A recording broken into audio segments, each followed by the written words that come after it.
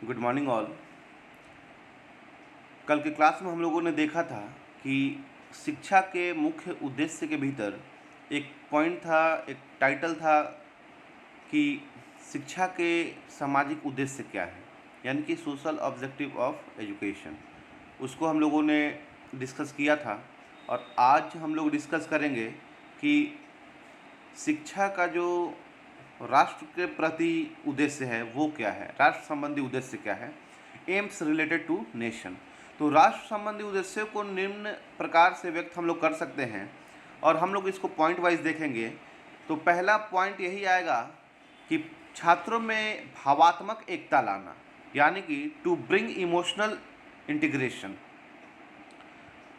तो यदि हम राष्ट्र को विनाशकारी प्रवृत्तियों से बचाना चाहते हैं तो इसके सदस्यों को हमें एकता के सूत्र में बांधना होगा और एकता के सूत्र में बांधने का सबसे सशक्त माध्यम शिक्षा है। यहाँ पे अगर हम लोग बात कर रहे हैं एकता की, यूनिटी की, तो यूनिटी इसलिए भी ज़रूरी है कि हमारा राष्ट्र अखंड नहीं हो, और इस अखंडता को दूर करने के लिए जो माध्यम हम लोग के पास सबसे सशक्त रूप से है वो है शिक्षा। तो शिक्षा ही बालकों के अंदर मैं के स्थान पर हम की भावना जागृत करती है। यहाँ मैं और हम को हम लोगों को समझना होगा। मैं में हो गया कि सिर्फ मैं सिर्फ अपने लिए बात कर रहा हूँ, और अगर हम की भावना लाएंगे अपने भीतर, हम में पूरे समाज के लोग आ गए, पूरे परिवार के लोग आ गए, पूरे देश के लोग आ गए, तो ये जो मैं की भावना है इसको दूर करना होगा और हम की भावना को छात्रों के भीतर जागृत करना होगा, और साथ ही संवेगों को उचित दिशा एवं प्रशिक्षण प्रदान करते रहना होगा। यहाँ पे संवेग से तात्पर्य है इमोशन को, जो भी इमोशन है बच्चों का वो पॉजिटिव लाइन में उसको गाइड करना होगा कि बच्चे पॉजिटिविटी में जाएं और भावात्मक एकता लाने में अपनी सक्रिय भूमिका निभा सकें। जो सेकंड पॉइंट है वो है राष्ट्रीय एकता की भावना उत्पन्न करना। अब जो शिक्षा का मुख्य उद्देश्य है राष्ट्र के प्रति वो है कि राष्ट्रीय एकता की भावना उत्पन्न हो, यानी कि हर एक बच्चा में राष्ट्र के प्रति अपनत्व की भावना हो, और राष्ट्र के भीतर जो भी लोग हैं, जो भी व्यक्ति हैं, जो भी समाज है, वे सब वे सारे समाज को वो अपना समाज समझे। तो राष्ट्र के पुनर्निर्माण हेतु राष्ट्रीय एकता का होना आवश्यक है। एकता के अभाव में राष्ट्र दुर्बल व प्रभावहीन हो जाता है। आप लोग अगर महाभारत कोई देख रहे हो अभी जो चल रहा है, या महाभारत का पाठ किसी ने किया हो या महाभारत की पढ़ाई किसी ने की हो, तो वो भी देखेगा कि महाभारत के भीतर पांडवों और कौरवों में एकता के नहीं होने के कारण उनका राष्ट्र विखंडित हो गया, उनका राष्ट्र विनाश की तरफ चला गया। तो इसलिए कहा जाता है कि राष्ट्र की एकता राष्ट्र की अखंडता को बचाता है, यानी कि राष्ट्र को अखंड नहीं होने देगा जब तक कि एकता हो, यूनिटी हो। अतः राष्ट्रीय एकता के मार्ग में आने वाली बाधाओं को दूर करने के लिए शिक्षा द्वारा प्रत्येक नागरिक में देश प्रेम की भावना का विकास करना होगा। अब जो भी बाधाएं हमारे राष्ट्र के ऊपर आ रही हैं वो कैसे दूर होंगी? जब देश प्रेम की भावना हर एक बच्चे के भीतर हो। ये जरूरी नहीं कि आप आर्मी में हैं, आप नेवी में हैं, या डिफेंस के किसी भी क्षेत्र में आप वर्क कर रहे हैं तो ही आप एक सच्चे देश प्रेमी हैं। आप देश प्रेम की भावना कहीं भी कर सकते हैं, अपने घर परिवार में रह के भी कर सकते हैं कि देश मेरा कैसे आगे बढ़ेगा, हम देश के लिए क्या कर सकते हैं। इस तरह की भावना हमको अपने भीतर रखना पड़ेगा। थर्ड है अंतर्राष्ट्रीय भातृभाव की भावना का विकास करना, development of the feeling of international fraternity. तो वैश्वीकरण की भावना की बात की गई है। अंतर्राष्ट्रीय भावना की बात बहुत आवश्यक है किसी भी राष्ट्र के लिए, किसी भी व्यक्ति के लिए। अब इस कोविड-19 का जो दौर चल रहा है, हम लोग देखे हुए पिछले 3-4-5 मंथ में भारत सरकार ने कोविड-19 के वैक्सीन को बहुत सारे देशों को प्रोवाइड कराया है। तो वो क्या है? वो अंतर्राष्ट्रीय भ्रातृभाव का भावना है। या रसिया से, चाइना से, अमेरिका से या इजराइल से, कहीं से भी भारत के लिए कोविड-19 में वेंटिलेटर, ऑक्सीजन की व्यवस्था, सऊदी अरबिया से ऑक्सीजन की व्यवस्था, या किसी भी तरीके की व्यवस्था जिससे भारत को मजबूती प्रदान की जा सके, जो बाहर के देशों द्वारा अभी कराई गई है, वो भी अंतर्राष्ट्रीय भ्रातृभाव है। तो वैश्वीकरण के इस युग में राष्ट्रीय एकता के साथ साथ अंतर्राष्ट्रीय भ्रातृभाव की भावना का विकास भी नागरिकों में करना जरूरी है। इससे विश्व शांति बनाए रखने में बहुत मदद मिल सकती है। आज विश्व में घटने वाली किसी भी घटना से कोई देश अपने को अलग नहीं रख सकता है। अब हम लोग इस लाइन को बहुत बखूबी से समझ रहे हैं और समझ के आ रहे हैं, प्रैक्टिकली कर भी रहे हैं। आज जो कोविड-19 की बात की जा रही है कि चाइना से इसका ओरिजिन हुआ है और आज पूरा विश्व इससे त्राहिमाम किया हुआ है, पूरा विश्व इससे प्रभावित है। और मुझे नहीं लगता है कि विश्व का ऐसा एक भी व्यक्ति होगा जो इससे प्रभावित नहीं होगा, किसी न किसी रूप से प्रभावित है।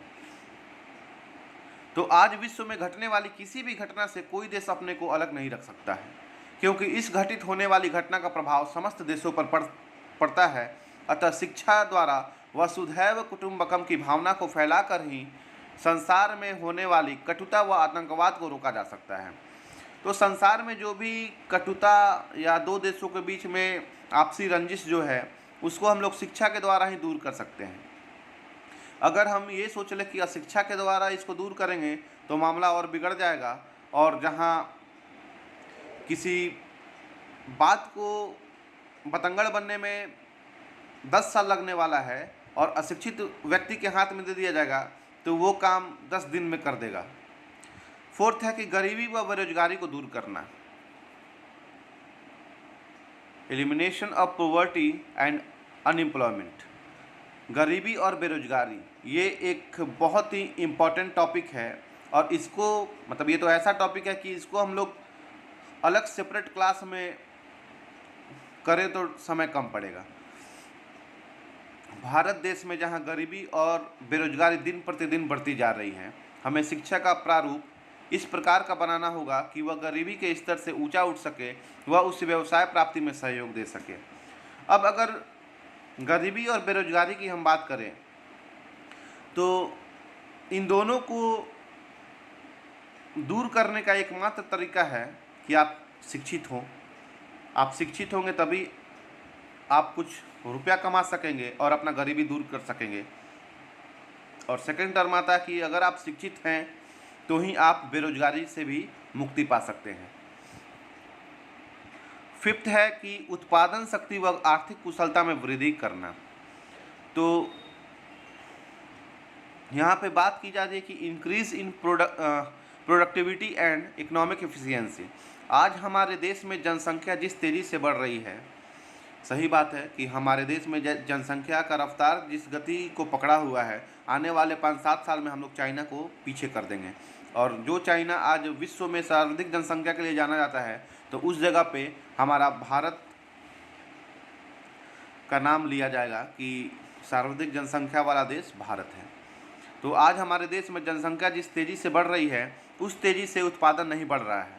राष्ट्र की समृद्धि के लिए यह आवश्यक है कि बड़े पैमाने पर उत्पादन में वृद्धि हो। जिन वस्तुओं का विदेशों से आयात कर रहे हैं, उन वस्तुओं का उत्पादन भी अपने देश में बढ़ाना होगा। अब चूँकि जनसंख्या तो हमारे यहाँ है, ये मतलब पूछने वाली बात नहीं है, जनसंख्या तो अपने यहाँ है, और इन सारे जनसंख्या को मेंटेन करने के लिए हमें अपना प्रोडक्टिविटी बढ़ाना होगा, इंक्रीज़ करना होगा प्रोडक्टिविटी में। और ये कोशिश करना होगा कि जो भी चीज़ हम लोग इंपोर्ट कर रहे हैं बाहर के कंट्री से, तो वो चीज़ हम लोग अपने यहाँ डेवलप करें। जब हम लोग अपने यहाँ उसी चीज़ को डेवलप करेंगे तो बाहर के कंट्री से हमको इंपोर्ट नहीं करना पड़ेगा और हमको अपने देश का रुपया बाहर के कंट्री को नहीं देना होगा। तो कहीं ना कहीं हमारे देश को उससे लाभ होगा। अतः शिक्षा के उद्देश्यों में उत्पादन में वृद्धि करना भी एक प्रमुख उद्देश्य है। आर्थिक कुशलता में वृद्धि हेतु भी विश्वविद्यालयों, महाविद्यालयों तथा अन्य व्यावसायिक विद्यालयों में नए व्यावसायिक पाठ्यक्रम चलाए जाने चाहिए। अब यहाँ पे कुछ प्रोफेशनल कोर्स के बारे में बात की जा रही है कि यूनिवर्सिटी में या कॉलेज में या किसी प्रोफेशनल स्कूल में ऐसे व्यावसायिक पाठ्यक्रम चलाए जाएं जिससे कि बच्चे अपनी प्रतिभा का प्रयोग देश के उत्पादन शक्ति को बढ़ाने में कर सकें। तो शिक्षा ही एक माध्यम है जिससे कि हमारा देश आर्थिक कुशलता को प्राप्त करेगा, और जब हम आर्थिक कुशलता को प्राप्त कर लेंगे तो जाहिर सी बात है हमारा परिवार और समाज और हमारा देश भी आर्थिक कुशलता प्राप्त कर लेगा। उसके बाद है आधुनिकीकरण की प्रक्रिया को तीव्र करना। यहाँ पे मॉडर्नाइजेशन को तेज करने की बात की जा रही है। आज विज्ञान और तकनीकी की दौर में हम भारतीय अमेरिका, इंग्लैंड, फ्रांस आदि विकसित देशों से पीछे हैं। अतः यदि हम विश्व समाज में अपने स्तर को बनाए रखना चाहते हैं तो हमें आधुनिकीकरण की दौड़ में आगे बढ़ना होगा। अब यहाँ पे जो मॉडर्नाइजेशन की बात की जा रही है तो सभी कोई जानते हैं कि हम लोग अमेरिका, इंग्लैंड, फ्रांस, जर्मनी वगैरह से साइंस एंड टेक्नोलॉजी में बहुत पीछे हैं। तो अगर हमको अपना जो जगह है, अपना जो प्लेस है उसको मेंटेन करना है, उसको रोटेट करके रखना है, तो हमें इस दौड़ में आगे बढ़ना होगा तथा विज्ञान के विकास हेतु अपनी शिक्षा प्रक्रिया में परिवर्तन लाना होगा। तो अब हम इस मॉडर्नाइजेशन को कैसे मेंटेन कर पाएंगे, जबकि हम अपने एजुकेशन को डेवलप करेंगे। अब हम इसमें ये चेंजिंग करेंगे कि हम कैसे डेवलप कर सकते हैं अपने एजुकेशन को, जिससे कि हमारा साइंस एंड टेक्नोलॉजी का जो दौर है वो तेज हो जाए, वो अच्छा हो जाए। देश के आधुनिकीकरण के लिए आवश्यकता के अनुसार तीव्र परिवर्तन केवल शिक्षा के द्वारा ही संभव है। अतः शिक्षा का उद्देश्य आधुनिकीकरण भी है। अब शिक्षा का एक उद्देश्य यह भी होता है कि वो हमें और हमारे समाज को मॉडर्नाइजेशन में ले जाए। 7th है कि राष्ट्र की आवश्यकताओं एवं आकांक्षाओं की पूर्ति का उद्देश्य। तो यहाँ पे AIIMS of fulfilling needs and aspiration of nation की बात की जा रही है कि शिक्षा के क्षेत्र में राष्ट्र की आवश्यकताओं एवं आकांक्षाओं की पूर्ति से तात्पर्य है कि ऐसी शिक्षा की व्यवस्था करना है जिससे देश अथवा राष्ट्र की तत्कालीन समस्याओं के समाधान व उसकी आकांक्षाओं की पूर्ति हेतु व्यक्ति एवं समाज को तैयार किया जा सके।